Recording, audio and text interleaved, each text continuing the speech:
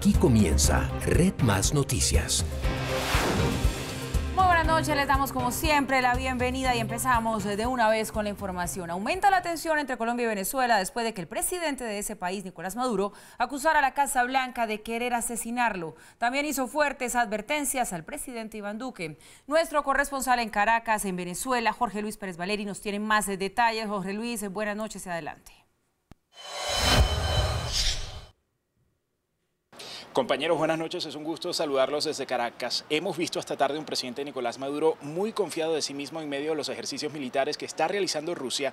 Dijo que esa cooperación militar se va a mantener y además respondió al presidente Iván Duque que la única acción inamistosa, según él, es formar a paramilitares para derrocar a la revolución bolivariana. Así lo dijo. Tal y como lo había prometido, el presidente de Venezuela, Nicolás Maduro, ofreció detalles del supuesto plan que tiene Estados Unidos a través del asesor de seguridad de la Casa Blanca. Ha sido asignado el señor John Bolton nuevamente como jefe del plan del complot para llenar de violencia a Venezuela y para buscar una intervención militar extranjera, un golpe de Estado, asesinar al presidente Maduro e imponer lo que llaman ellos un consejo de gobierno transitorio. Señaló a Colombia como centro de dichas operaciones y denunció que en norte de Santander preparan y entrenan a grupos paramilitares. Mercenarios, se están entrenando 734 mercenarios entre colombianos y venezolanos. Dijo que Estados Unidos posee bases aéreas en territorio colombiano. La base aérea de Tolemaida, en el Melgar, Colombia, aquí al frente del Amazonas, ¿verdad? Esta es una de las 7 bases aéreas que tienen los Estados Unidos de Norteamérica en territorio bolivariano de Colombia. Arremetió contra su homólogo Iván Duque. Se niega a hablar. Normalmente los dos gobiernos, Colombia y Venezuela, tenemos formas de comunicarnos. Ellos se niegan porque están preparando una guerra contra Venezuela. Y esa guerra se les va a estrellar en el hocico a usted, señor Iván Duque, yo. Y al final hizo esta advertencia. Nunca hemos agredido a ningún país ni lo agrederemos, pero estamos preparados para defendernos. Importante destacar el mensaje que también dirigió el presidente Maduro al cuerpo diplomático acreditado aquí en el país, asegurando que quien no quiera reconocer a su gobierno a partir del próximo 10 de enero simplemente tiene la posibilidad de acudir hasta el aeropuerto internacional de Maiquetía y marcharse del país. Así lo dijo el presidente venezolano. Es la información desde Caracas. Volvemos con ustedes a Bogotá. Jorge Luis, gracias, buenas noches. Sigue muy caliente este tema y a propósito de ello, el presidente Duque rechazó las acusaciones de Maduro en contra de Colombia, pidió a la región estar también muy alerta. Vamos ahora con Paula Ardila, que nos tiene más detalles. Hola, Paula, buenas noches. Muy buenas noches. Desde Cali, donde se llevó a cabo el primer Consejo de Seguridad de la nueva cúpula militar, el presidente Duque aseguró que no caerá en el discurso belicista de Maduro, el cual está utilizando para atornillarse al poder. Colombia no está bajo ninguna circunstancia fraguando o pensando ningún acto hostil. Así desmintió el presidente Duque las declaraciones de su homólogo venezolano, asegurando que no va a permitir que se teja ningún tipo de duda o acusación contra Colombia. No vamos a dejar que ese tema sea planteado para agredir a Colombia, verbal o de ninguna manera, y que no se acuda a ese tipo de prácticas que no son sino cortinas de humo. Previo a estas declaraciones, el presidente aseguró que la región debe estar alerta a los ejercicios militares entre Venezuela y Rusia en Caracas. Yo creo que no podemos dejarnos provocar. Obviamente el continente debe estar alerta. Esto no es solamente un acto inamistoso con Colombia. Recordó el Tratado de Asistencia Recíproca, donde si hay alguna agresión, todos los países deben proteger al país agredido. Más bien que la dictadura sea consciente que a partir del 10 de enero muchos países del continente se van a unir al rechazo de sus prácticas totalmente deleznables. La Cancillería de Colombia condenó en los términos más claros y contundentes las afirmaciones que calificó de desobligantes e irrespetuosas por parte de Nicolás Maduro en contra de Colombia y aseguró que Colombia es un país absolutamente respetuoso de las normas del derecho internacional. Y entre tanto, Estados Unidos se pronunció sobre la presencia de grupos terroristas en Venezuela. Hacemos contacto con Alexander Gómez. Alexander, buenas noches. ¿Y qué fue exactamente lo que dijo la Casa Blanca?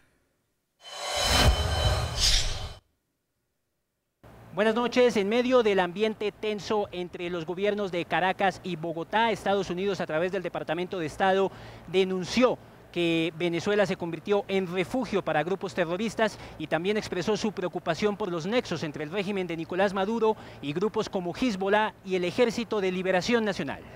La preocupación fue expresada por el vocero del Departamento de Estado en una conferencia de prensa. A Estados Unidos le preocupa la presencia continua de organizaciones terroristas extranjeras en América Latina, incluyendo el Ejército de Liberación Nacional en Colombia y Venezuela, que seguirá siendo considerada como terrorista hasta que deje las armas. La Casa Blanca también denunció los efectos de la presencia de Hezbollah en la región. Nos preocupa la actividad vinculada a Hezbollah, específicamente en América Latina, incluido el almacenamiento de armas, la recaudación de fondos que beneficia al grupo a través de actividades ilícitas, así como la solicitud de donaciones. Por lo que hizo una advertencia. Continuaremos monitoreando a Venezuela, así como a otros países de la región que indiquen un patrón de apoyo para actos de terrorismo internacional. Por su parte, el coordinador contra terrorismo del Departamento de Estado, Nathan Sells, advirtió que el régimen de Nicolás Maduro se asocia con los actores más sórdidos del mundo como Irán, al cual calificó como el principal promotor del terror. Mauricio, muy buenas noches, bienvenido. Hola Paula, ¿qué tal? Muy bien, aquí lista para hablar con usted de Venezuela porque se sigue aumentando y elevando esta tensión Colombia-Venezuela, pues a raíz de la seguidilla de todos los sucesos de los últimos días, de esta última semana. Nicolás Maduro vuelve con su discurso de siempre, que desde Colombia se orquesta un plan para asesinarlo, con alianza con los Estados Unidos, pero esta vez ya habla específicamente de la base de Tolemaida como ese campo de entrenamiento donde supuestamente se estaría fraguando todo ese ataque. La base de Tolemaida cerca del Amazonas. Además, él dice que está al frente del Amazonas. Vale la pena la precisión para que veamos si está hablando de cosas concretas o de cosas genéricas y medio gaseosas. Que es muy él, muy Nicolás Maduro, pero dígame usted si debemos tomar como un tema no menor también la afirmación que él hace cuando señala que van a seguir llegando aviones y equipo militar de otros países amigos para esa cooperación internacional. ¿Se estará refiriendo a China? ¿Se estará refiriendo a Irán? El presidente Duque habla de cortina de humo. ¿Qué tanto esto es una cortina de humo?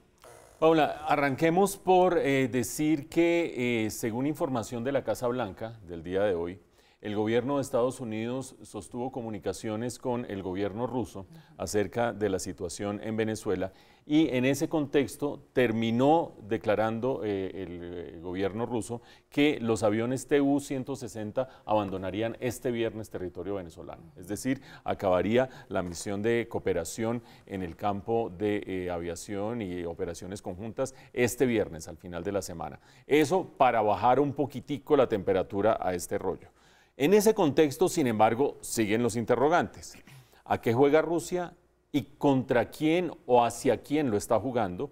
¿A qué juega Estados Unidos y contra quién o hacia quién lo está jugando? ¿A qué juega Maduro y qué debe jugar Colombia, por supuesto? Es evidente, creo yo, desde mi perspectiva y con la información que hay sobre la mesa, que Rusia no está buscando atacar a Colombia.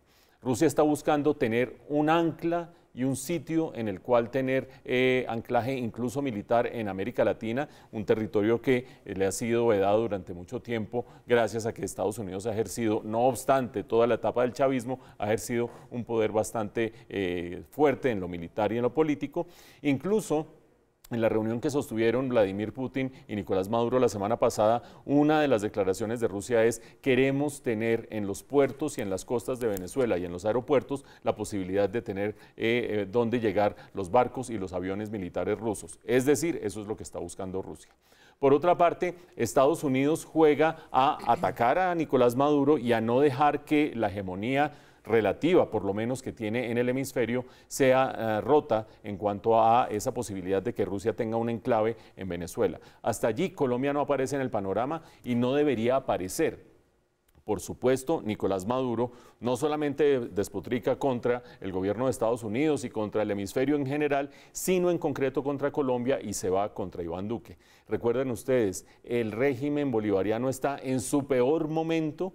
Siempre habrá la posibilidad de que empeore más, pero está en su peor momento desde el punto de vista económico. Acuérdense ustedes, el déficit fiscal está disparado, la migración han salido más de 3 millones de venezolanos, la inflación es de más de 1.000.000% este año, un desastre absoluto. el caldo de cultivo perfecto para buscar enemigos externos, empezar a convocar la voluntad y la solidaridad nacional e internacional contra un enemigo externo y que la gente se olvide de los problemas internos. Por lo tanto, la andanada de Nicolás Maduro contra distintos agentes externos, incluido Colombia, es algo de esperar y es algo razonable. No por razonable, deseable, por supuesto. La pregunta es qué tanto se puede concretar algo allí. Colombia, mientras tanto, ¿qué hace? Creo yo que la posición del gobierno colombiano ha sido la correcta. Número uno, no nos vamos a dejar provocar. Número dos, no somos una fuente de perturbación para Venezuela desde el punto de vista militar, no queremos atacar, respetamos el derecho internacional, respetamos las instituciones, pero número tres, sí consideramos que ese gobierno es ilegítimo, que la posesión del 10 de enero va a ser ilegítima y convocamos a todo el continente, a los países del continente, a que no reconozcan ese gobierno. Es una acción política, más no militar. En lo que no puede caer Colombia de ninguna manera, no solo es en las provocaciones de Nicolás Maduro, sino en convertirse en alfil o en peón incluso de Estados Unidos en toda esta guerra de poder geopolítico de grandes potencias. Nosotros somos un mosco en medio de una guerra potencial o confrontación o desafío, si lo quieren ustedes, entre Rusia y Estados Unidos. Maduro porque no tiene mucho que perder en medio de semejante desastre en el que está metido. Nosotros sí tendríamos mucho que perder. No podemos caer en esa tentación y no puede caer en la tentación ni el presidente Iván Duque, que creo que no lo está haciendo, ni sus asesores, de pensar que como su popularidad está bajita y como la situación política en Colombia está también menguada, empezar a encontrar un enemigo externo para distraer de los problemas internos. No, eso no funciona y eso es un desastre. Y acuérdense ustedes, puede ser que Nicolás Maduro no sepa exactamente dónde queda la base de Tolemaida, pero los pilotos de los Sukhoi sí saben dónde quedan las dos refinerías de Colombia y dónde quedan los puentes por encima del río Magdalena, y en menos de 12 horas eso puede ser objetivo militar. Ni lo pensemos, ni hablemos de eso. Siguen las investigaciones en el Congreso tras el acto bochornoso en el que 4 ratones fueron lanzados a la plenaria del Senado. Ya habría 13 presuntos responsables y el episodio llegó tan lejos que hasta de actos de brujería se habla. Esto sucedió unos minutos después de un acto de reconciliación que lideró la senadora de FARC, Sandra Lobo, viuda de Manuel Marulanda, quien le entregó una matica al senador Álvaro Uribe Vélez. La bancada del Centro Democrático fue sorprendida. Un talego con un paracaídas artesanal fue lanzado. Hubo confusión en ese momento porque cayeron hasta confetis. Los congresistas le confirmaron a quien presidía la sesión que se trataba de ratones vivos, por lo que Uribe decidió subir a barras y tratar de encontrar a los responsables. Ahora lo grave no es quién de ustedes lo hizo, sino quién los mandó. Eran 4 ratoncitos de estos blancos de laboratorio y la verdad es que yo pues tomé la bolsa que tenía los 3 ratoncitos que no alcanzaron a salir. Ciro Ramírez también sube las barras porque ya rondaba la información que los presuntos responsables estaban agendados por su oficina y hubo tiempo hasta para buscar un momento jocoso. El presidente del Congreso, Ernesto Macías, retomó el liderazgo y le pidió a la policía que analizara las imágenes de las cámaras de seguridad. Ya era de noche y el asustado ratoncito blanco continuaba escondido entre el puesto del senador Honorio Miguel Enríquez y Paloma Valencia. Mientras seguían las pesquisas, fueron dejando salir a uno del recinto. Algunos rindieron declaraciones y al final quedaron 2 sospechosos que no quisieron dar declaraciones: Elber Castiblanco y Álvaro Orjuela. No. Fuera de micrófonos reconocieron haber sido agendados por la oficina del senador Ciro Ramírez del Centro Democrático y también Carolina Madrid Torres, quienes argumentaron que lo estaban buscando para invitarlo a un foro sobre la recuperación de la laguna de Fuquene. Se muestran en reuniones de campaña de Gustavo Petro y piden la autorización por mi oficina, primera sospecha. Y segundo, los encontramos en barras. Y tercero, se contradicen en sus versiones ante las autoridades y ante la prensa. Redman Noticias habló con Claudia Madrid, una abierta activista de Colombia Humana. En un principio accedió a dar una entrevista, pero después optó por solo enviar un comunicado de prensa mientras continúa inmersa en el proceso de investigación. Declaro a la opinión pública que los hechos de los cuales me están acusando en los diferentes medios y redes sociales ocurridos el martes 11 de diciembre en la plenaria del Senado no tengo ningún tipo de responsabilidad. El presidente legislativo reconoce que este hecho ha servido para reestructurar la seguridad del Congreso. Tenemos algunas falencias técnicas que las vamos a superar este fin de año. Por eso vamos a otorgarle la responsabilidad a cada congresista de que las personas que están a su cargo tienen la responsabilidad de quienes ingresan acá. Este asunto fue analizado esta tarde al ser retomada la plenaria. ¿Cómo tiran esos animalitos desde arriba? Los torturan. Personas que presuntamente son animalistas.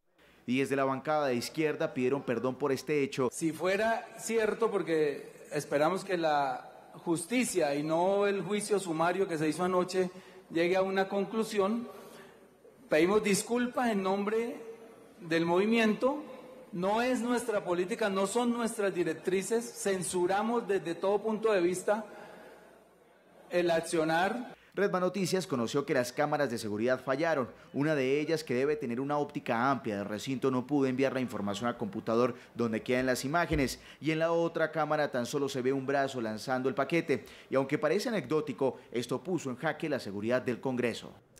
Bueno, pues ayer alcanzábamos a mencionar aquí, Mauricio, cuando registrábamos este desagradable hecho, que uno de los debates se centraba en la seguridad del Congreso, que estaba pasando con los controles de las personas distintas a los senadores que entraban allí al recinto, además con paquetes. Esta vez fueron unos ratoncitos de laboratorio, pero habría podido ser también otra cosa. Hoy el debate sobre la seguridad se sigue dando, pero sabe que también me parece importante que el debate se dé sobre la importancia y la necesidad de repudiar esto socialmente. Este no puede ser el lenguaje que adquiera el país para con nuestras instituciones. Uno puede no estar de acuerdo con los congresistas, decepcionada de los políticos, lo que usted quiera, pero esta no es la manera. Paula, todavía falta por acabar de aclarar quiénes fueron los responsables. Ustedes vieron la nota muy completa. Aparentemente estos activistas de la Colombia Humana que han estado cerca de las campañas de Gustavo Petro y que son animalistas habrían sido los responsables. Ellos dicen que no, pero parecen estar identificados. Por lo menos fueron los que le pidieron a la secretaria de Ciro Ramírez que los dejara entrar para entregarle una invitación, y de ahí nunca llegaron a la oficina cuando los dejaron entrar, sino que aparecieron en las barras. Entonces fue algo muy sospechoso que entran a hacer una cosa y terminan en otra. Ya se aclarará con las cámaras y con las investigaciones que se hagan. Punto número 1. Punto número 2, me parece alucinante, como si no fuera suficientemente macondiano lo que sucedió ayer, que acto seguido digan que es un acto de brujería y traigan agua bendita y hagan una oración. Mejor dicho, es que esto sí es un circo que uno no se imagina hasta dónde puede llegar. Mientras tanto, la agenda legislativa totalmente colgada, totalmente cercenada, sin los proyectos saliendo adelante, pero eso sí, agua bendita y oraciones para aquí y para allá. Pero lo más importante, como dice Paula, el tema de la seguridad del Congreso, hoy entran ratones, hoy entra confeti, el día de mañana que entra, y sobre todo, mucho más importante que eso, este episodio nos ha hecho soslayar un episodio muchísimo más relevante, y es que la viuda de tiro fijo de Manuel Marulanda el día de ayer le entregó al expresidente Álvaro Uribe y hoy senador Álvaro Uribe una planta con un sentido simbólico de reconciliación. Él la recibió, le sonrió, se sonrieron. Eso para este país es mucho más relevante. Gústeles a ustedes, a la mitad sí, a la mitad no, a mí puede gustarme, puede no gustarme, pero es mucho más relevante como hecho político eso que los ratones que votan unos desocupados desde arriba, desde las barras del Congreso. Y el país entero puso su atención en los ratones y no en el hecho verdaderamente importante del día de ayer. Así estamos. El senador liberal Iván Darío Agudelo radicó el viernes 7 de diciembre una carta para que el presidente Iván Duque le diera el aval al proyecto de ley que busca crear el Ministerio de Ciencia, Innovación y Tecnología. Mañana jueves será la votación en último debate y, según lo pudo establecer Red Más Noticias, ya tendría el aval del gobierno para que mañana sea aprobado en plenaria de Senado y finalmente pase a sanción presidencial y se establezca su horizonte en 6 meses. Después de un intenso debate en plenaria de Cámara en el que se buscaba reactivar las órdenes de captura a los excombatientes de las FARC, este artículo se hundió y finalmente fue aprobada en plenaria del Senado la Ley de Orden Público. Ahora pasará a sanción presidencial esta ley que viene siendo prorrogada desde 1997. Esta le permite al presidente Duque gestionar eventuales procesos de paz y otorgar herramientas para garantizar el orden público en el territorio nacional. La situación sobre la curul de Jesús Santrich salió finalmente del limbo. El Tribunal Superior de Cundinamarca ordenó a la Cámara de Representantes que mientras se resuelva la situación jurídica de Jesús Santrich, su curul la asuma quien sigue en la lista. La FARC designó a Benedicto González, quien deberá posesionarse en menos de 48 horas, según lo precisa el fallo judicial. Y solo esperamos que las directivas de la Cámara hagan cumplir de manera eficiente, eficaz y prontamente este fallo. El gobierno colombiano negó la existencia de algún acuerdo con España para repartir el tesoro del galeón San José. Aclaró que la extracción conjunta es tan solo una propuesta. Fue el canciller español quien indicó del supuesto avance entre las negociaciones sobre la extracción del galeón San José, proceso de extracción que fue suspendido en Colombia a la llegada del nuevo gobierno. Hemos conseguido un principio de acuerdo por el cual no se va a efectuar la búsqueda del tesoro del galeón hundido a través de una concesión a una empresa privada, que era el plan del anterior presidente, y que en cambio hemos propuesto, y creo que va a ser aceptado, vamos por buen camino, un consorcio entre el gobierno colombiano y el gobierno español. Esta versión fue refutada por la vicepresidencia de Colombia, quien aclaró que es tan solo una propuesta que ni siquiera ha llegado formalmente a sus manos. Una cosa es la disposición y otra cosa es que haya un acuerdo en materia del galeón, de la extracción y el uso que se le da a este patrimonio cultural. No hay ningún acuerdo con nadie. Además de la supuesta extracción conjunta, España se refirió a la repartición del tesoro. Tenemos ya alguna experiencia y nos repartiremos amigablemente lo que saquemos de allí. No, acá no se ha hablado de nada de compartir. Aquí hay un patrimonio cultural, un patrimonio histórico que le interesa a toda la humanidad. Según España, la supuesta propuesta habría sido presentada al canciller colombiano en la cumbre iberoamericana que se hizo en Guatemala el 15 de noviembre. Este tema de la repartición amigable sí sonaba raro desde que ya conocimos la información. Ya tenemos Mauricio, experiencia en ello y vamos a repartir amigablemente. Repartición amigable de un tesoro. Pero bueno, ¿aquí qué está pasando? Porque ¿por qué se atreve el canciller español a salir a los medios a decirlo como todos lo estamos viendo? Y luego la vicepresidenta también muy firme dice aquí no hay ningún arreglo ni aquí nada de eso es cierto. Paula, los televidentes en este momento mientras se comen su sanduchito de queso deben estar diciendo, ¿pero acaso esto no lo iba a sacar una empresa privada mediante una alianza público-privada que le permita que el privado coja parte del tesoro y no sé qué y si sé cuánto? Recordemos el contexto un poquito.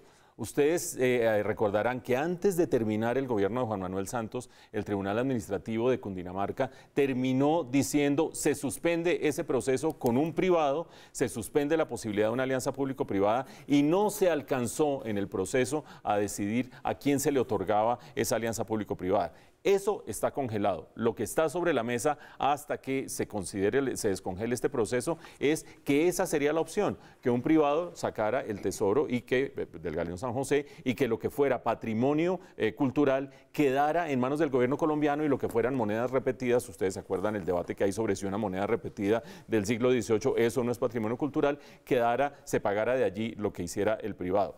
Eso está congelado y ese es el telón de fondo.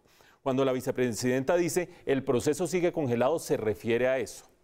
Pero estamos oyendo opciones. Paula pregunta, ¿cuándo arrancó todo eso y cómo se atreve el canciller español a decir eso? Hubo una reunión en Antigua hace unas cuantas semanas de funcionarios del gobierno español y de funcionarios del gobierno colombiano, donde el gobierno español le habría propuesto al gobierno colombiano, vea, saquemos el tesoro entre los dos gobiernos y ahí repartimos no con interés pecuniario, sino con interés cultural las piezas que allí haya. Y eso es lo que termina diciendo el canciller el día de hoy al diario ABC mediante estas declaraciones que ustedes han oído. El gobierno colombiano dice, la propuesta existe, no se ha formalizado. Cuando la formalicen la tendremos en cuenta y la tendremos como otras opciones sobre la mesa para el momento en que se descongele lo que está congelado, tomar decisiones. Hasta ahí todo sonaría que el gobierno colombiano dice, esa es apenas una propuesta más de un gobierno que nos puede ayudar. Pero acuérdense ustedes que hay un tercer elemento sobre la mesa. El gobierno español ha dicho que tiene derecho sobre el galeón San José. ¿Por qué? Porque era un barco que originalmente tenía bandera española. No importa que se haya hundido y que esté en aguas territoriales colombianas y que sea y que los tesoros hayan salido de América Latina. España ha insistido varias veces, ese galeón y ese tesoro son españoles y tenemos derecho sobre ellos porque el barco originalmente era español. En ese contexto me parece complicadísimo que el gobierno colombiano siquiera llegue a considerar la opción de que ese otro gobierno que tiene pretensiones de tener el poder sobre este tesoro y lo que encuentran en el galeón, termine haciendo una asociación y una sociedad amigable y no sé qué para ir repartiendo con interés cultural. Me parece que el gobierno colombiano no hace bien al decir vamos a considerarla como otras tantas. Si de las opciones que hay que considerar, alguna no se debería considerar, sería esta con el gobierno español por esa sencilla pretensión que tienen ellos.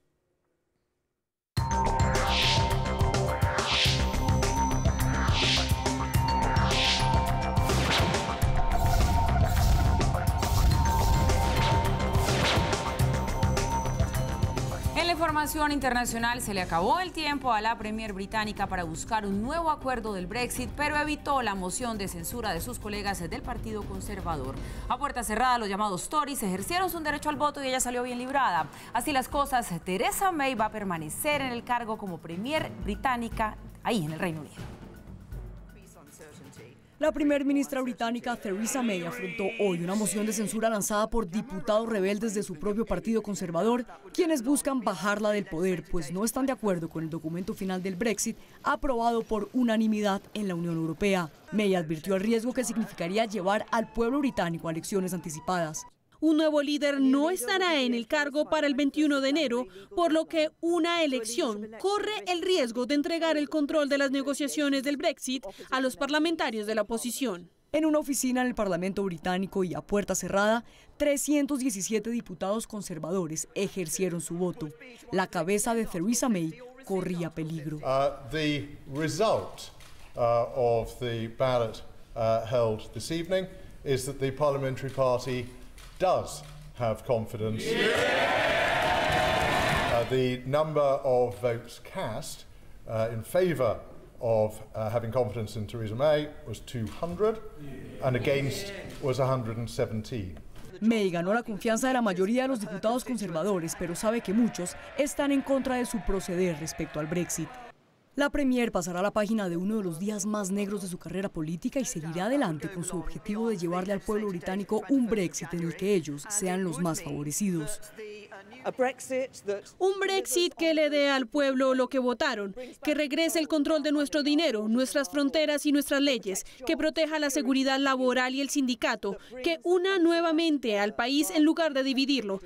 El día de ayer, el Parlamento británico tenía previsto votar a favor o en contra del documento final del Brexit, pero Theresa May, al no tener el respaldo necesario de sus diputados, aplazó dicha votación. Aún no hay fecha para esta crucial votación que podría definir el futuro del Reino Unido en un matrimonio con altibajos con la Unión Europea. Lo que parecía imposible sucedió. Sobrevivió Theresa May a esta emoción de censura y, bueno, en medio de un ambiente absolutamente fuerte de críticas por lo que ella negoció con la Unión Europea. ¿Qué va a pasar? ¿Termina aquí la novela y ella ahora está fuerte para sacar adelante y echar a andar su Brexit o no? Ahorita que estábamos viendo la nota, comentábamos aquí en la mesa que esa cara de felicidad tan radiante no se le ve. Claro, sí, parecía que hubiera logrado la votación a favor del Brexit, que es lo que verdaderamente le queda por delante en este momento. Este podría ser una película que se llamara El pueblo arrepentido, un pueblo votante arrepentido. Sin duda están muy arrepentidos. 2 años largos, 2 años y medio, ¿se acuerda usted? El referendo, votan porque quieren sacar a Gran Bretaña de la Unión Europea, no queremos tener que ver con ellos, nos están limitando, nos están manejando la política económica, nos están manejando las migraciones, nos largamos de la Unión Europea. Listo, arrancan negociaciones para ver cómo se van a salir de la Unión Europea y terminan en esas negociaciones con un acuerdo que es dificilísimo de entender. Si originalmente los votantes no entendieron cuál era el sentido de salirse de la Unión Europea, mucho menos el tremendo borrador de acuerdo que en este momento se iba a votar el día de ayer. El día de ayer fue ella lo suficientemente valiente para ver que al tratar de presentarlo al Parlamento la iban a derrotar por completo y su acuerdo iba a quedar votado en contra. Optó por aplazar la votación, retirar por el momento el acuerdo y vino entonces esta moción que su propio partido, el Partido Conservador, dijo, pues si no fue capaz de sacar el acuerdo, venga a ver si es que va a seguir como primera ministra o no. Y la votación de hoy la ganó, su Partido Conservador la sigue respaldando. Ahora tiene que volver a la carga para tratar de que el Parlamento le apruebe el acuerdo o ir a tratar de que las principales potencias europeas le ayuden a modificar el acuerdo un poquito más en beneficio de la Gran Bretaña para que el Parlamento se lo apruebe, o quedarse sin el pan y sin el queso. ¿Qué es quedarse sin el pan y sin el queso? Que no se apruebe un acuerdo y que en todo caso corre el reloj para que en el mes de marzo, el 29 de marzo, así haya aprobado el Parlamento británico sí o no un acuerdo, se termina saliendo la Gran Bretaña de la Unión Europea. Ese sería el peor escenario, porque el acuerdo mal que bien dice, usted mantiene estos beneficios, puede comerciar de esta manera, en migraciones puede hacer esto, en tal cosa puede hacer lo otro, pero si no hay acuerdo, sencillamente queda por fuera de cualquier beneficio de la Unión Europea. Eso es lo que trata de evitar y lo que tiene que evitar ante todo la Gran Bretaña. Y en este momento, la gran pelea de Theresa May es, bueno, ya me respalda mi partido, ahora voy a tratar de que no me pase la de ayer, y es volver a presentar un acuerdo que no me vayan a aprobar. El reloj corre en contra, ustedes vieron dijeron, ella ya estaba hablando de las próximas semanas y vamos a ver qué proceso político termina dando. Por el momento ganó una batalla, está sonriente y plena. Mañana, a pocas horas en la ciudad de Londres, va a amanecer con la preocupación misma que tenía ayer, la preocupación grandotota de qué va a pasar con el Brexit. Las autoridades francesas publicaron la foto y el nombre del atacante que disparó indiscriminadamente a las personas que se encontraban en un mercado navideño en Estrasburgo y dejó 3 muertos y 2 heridos. Se trata de Cherif Cherac, un radicalizado yihadista que ya ha cumplido 4 condenas en prisión. Cherac, que según testigos tiene una herida de bala en el brazo, se fugó. La policía alemana reforzó la seguridad de la frontera con Francia.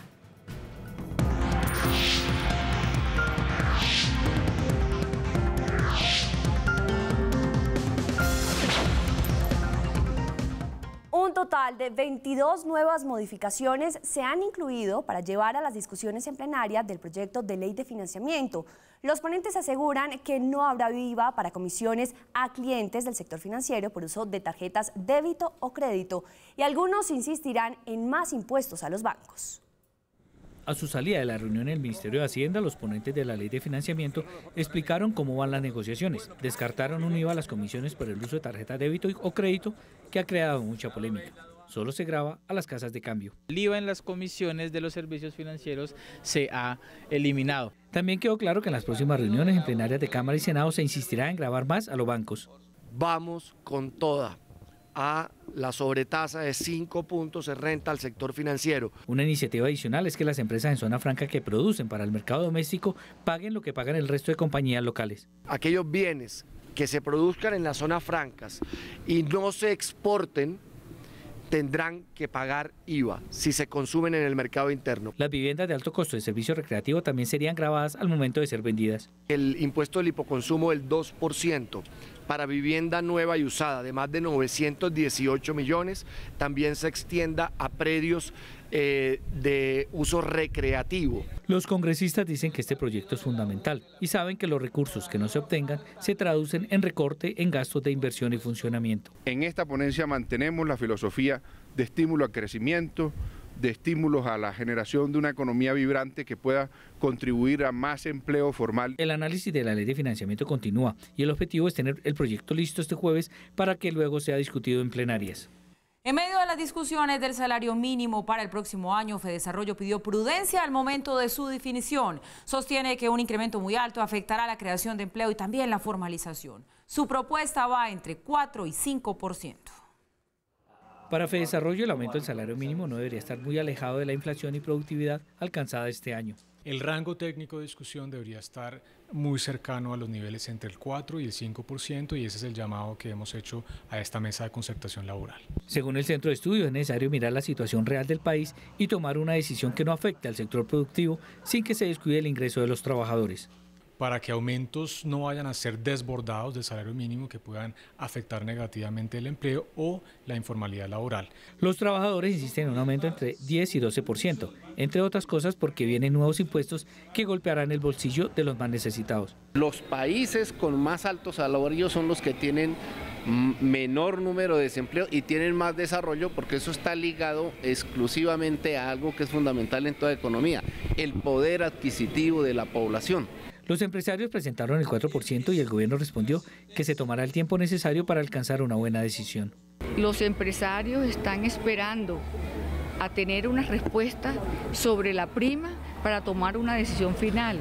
Ese 4 es un piso. Hay una decisión del Ejecutivo de esperar el mayor tiempo posible para lograr un consenso, algo muy difícil de alcanzar frente a las propuestas tan distantes. La Contraloría General reveló que existe una malla de 13.000 empresas que se quedó con 60 billones de pesos de contratos estatales, muchos de ellos de forma irregular. Entre los beneficiarios figuran ciudadanos muertos. La Central de Información Contractual Océano, tras revisar cerca de 8 millones de registros, dejó al descubierto que solo el 40% se adjudicó directamente y que hay concentración de beneficiarios. 13.000 empresas y personas jurídicas las que estarían allí dentro de la malla más grande de 60 billones de pesos. La revisión dejó al descubierto todo tipo de trampas para acceder a contratos públicos. Hay casos como farmacias que se terminan haciendo viviendas. Hemos visto personas fallecidas que siguen contratando con el Estado. Los avivatos están por todo lado. 20.4 billones de pesos se contrataron en la costa Caribe y 16.4 billones en el eje cafetero. Es que ya no se trata del corrupto tradicional que pasaba un sobre por debajo de un escritorio en el sector público. Aquí tenemos verdadera macrocorrupción. La Contraloría presentó además el libro Grandes Hallazgos, que relata cómo se destaparon sonoros casos de corrupción como Reficar y el cartel de la hemofilia durante la administración de Edgardo Maya. Impresionante lo del Junior de Barranquilla, que tuvo absolutamente todo para llevarse esa copa a Barranquilla. Y justamente a Barranquilla, con esa ciudad, hacemos contacto porque está Disney Bonilla con todos los detalles de lo que se quería o lo que se preveía iba a ser una celebración allá en La Arenosa. Adelante, Disney, con todos los detalles. Hola, ¿qué tal, Camilo? En Barranquilla se respira hasta ahora tristeza. El Junior de Barranquilla acaba de dejar pasar la posibilidad de obtener el título internacional ante el Paranaense, pero desgraciadamente en estos penales no obtuvimos el título. ¿Me regala su nombre? Mi nombre es Fabián Maldonado, Fabián Alfredo Maldonado. Bueno, Fabián, ¿cómo vio este partido? Bueno, el partido estuvo excelente, ya que se le dieron todas las cosas al Junior. Fue superior durante todos los tiempos, fue superior al Paranaense. Lastimosamente no pudimos ser campeones porque ese es el Junior. Si no se sufre, no es Junior. Bueno, pero tenemos esperanza el próximo domingo ante Medellín por la 8ª estrella. Bueno, sí, tenemos esperanza y tenemos esa ventaja allá en Medellín. Gracias a Dios también. Bueno, ya ustedes los dejo con estas imágenes. Los barranquilleros pues siguen celebrando y como les repito, tienen la esperanza de que el próximo domingo obtengan la 8ª estrella ante el Medellín. Cambiemos de página y hablemos ahora del mundo del atletismo, sí, porque la mejor atleta universal, la nuestra, Caterine Ibargüen, sigue recibiendo premios. Hoy estuvo con el presidente de la República, Iván Duque. Primero le entregaron el pabellón tricolor y luego la banda Gran Cruz de la Orden Nacional al Mérito. Ella se sintió conmovida. De verdad que siento el corazón inmensamente grande. Muy orgullosa. Nada, agradecer a cada una de las personas que de una u otra manera han aportado al desarrollo de lo que es Caterine Ibargüen. Son un sinnúmero de personas. Hoy agradezco a las que están aquí. Mi mensaje va a ser claro, preciso y conciso. Es decir, que si Caterine Ibargüen hoy puede ser ejemplo para Colombia, muchos niños que hoy creen que no, solo es soñar, trabajar con responsabilidad y disciplina, y así se consiguen grandes cosas. Divina, divina como siempre, Caterine, y no se nos olvide soñar y trabajar para lograr las cosas. El Tejo ha trabajado y ha soñado mucho, sí, por eso quiere ser declarado Patrimonio Cultural Inmaterial de Colombia. Tras la conciliación de hoy en el Congreso, eso se decidió. La nueva ley, a la que le falta la sanción presidencial, obliga a las alcaldías, gobernaciones y a la nación a que destinen partidas presupuestales para apoyar la protección y rescate del juego del Turmequé, donde nació el Tejo. El proyecto, que fue promovido por el ex senador Antonio Navarro Wolf, está a punto, a un pasito tan solo, de hacer moñona.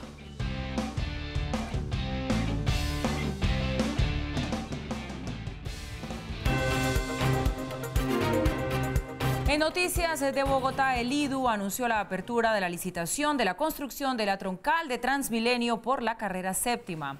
El alcalde Enrique Peñalosa aseguró que la obra se dividió en 8 tramos, cada uno con un contrato diferente para garantizar transparencia en el proceso. 146 empresas están interesadas en la licitación, que se adjudicará el 28 de marzo de 2019. Se espera que en los tramos más largos, como en el de los deprimidos, de la 72 y la 85, los trabajos duren cerca de 3 años y medio. El proyecto estará listo en 2023 y tendrá un costo de 2,4 billones de pesos. Y mañana será un día difícil en materia de movilidad en Bogotá. Además de la ciclovía nocturna, se tienen previstas marchas de estudiantes.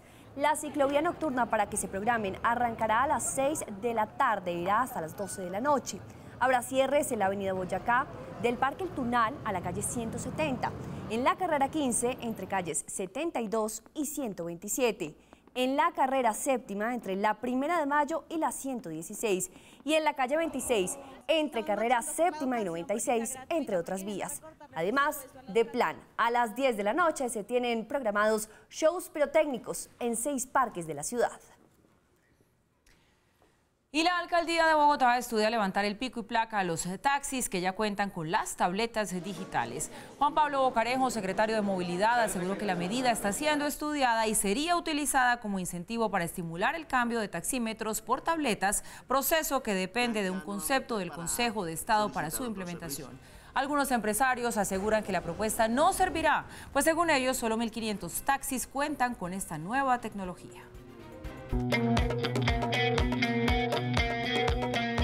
Y este domingo se conocerá el nombre de la mujer más bella del universo y nuestra soberana, Valeria Morales, sigue avanzando con paso firme en la competencia. Muchos la dan como la gran favorita. Desde su llegada a Tailandia, Valeria Morales supo que pasar inadvertida no era una opción. Espérate que me desconcentro. La colombiana ha sabido ganarse el cariño de propios y extraños, quienes no le han perdido la pista a la competencia, que si bien no está fácil, tampoco está imposible. Hoy se llevó a cabo la entrevista con el jurado calificador. La colombiana llegó muy segura luciendo un vestido diseñado por Alfredo Barraza. Esto dijo en un en vivo realizado esta mañana a través de sus redes sociales. 2 minutos para hablar con 4 jurados. O sea, fue una locura, pero me sentí muy tranquila. Me enteré después que había una colombiana, no sabía que había una colombiana. La tensión sube, pero a ella parece no afectarle, pues la seguridad que proyecta en cada paso que da la perfilan como la ganadora del certamen, en el que la imagen de las colombianas, después de las actuaciones de Paulina Vega, Ariadna Gutiérrez y Laura Barhum, ha quedado muy en alto. Pues mucha suerte para nuestra señorita Colombia y escuchen esto, un estudio realizado por la página Pornhub reveló que aumentó el número de usuarias que consumen contenido XXX. En este año la proporción de visitantes femeninas ascendió a 29%. En el documento las mexicanas se ubican en el 4º lugar con el 31% del ranking mundial, les estoy hablando. Las filipinas en el 3º con el 38% del consumo. Las brasileras y las sudafricanas ocupan los 2 primeros lugares con el 35%. Hoy en día, según los expertos, las mujeres se sienten más libres a la hora de disfrutar de su sexualidad. ¿Y las colombianas? No aparecemos en el ranking. Oiga. No estamos ahí, por lo menos en el top. ¿Ustedes les A preguntaron? nosotras dos específicamente no nos encuestaron. Y de pronto fue que ¿Qué respondería? Pues a mí me alegra mucho que esto hable de la liberación femenina, ¿no? Sí, ¿por qué cambia? No, saber más. Uno pregunta, uno es periodista, uno pregunta. Muy bien, llegamos En así fin. al final de esta emisión. No olviden mañana aquí en nuestro canal desde las 6 de la mañana toda la información y las noticias con Darío Arismendi, Juan Lozano y todo el equipo periodístico que hace parte de esta alianza informativa de Caracol Radio y Redman Noticias. Lo mejor de la radio y lo mejor de la televisión. Que descansen y ya saben, nos vemos mañana.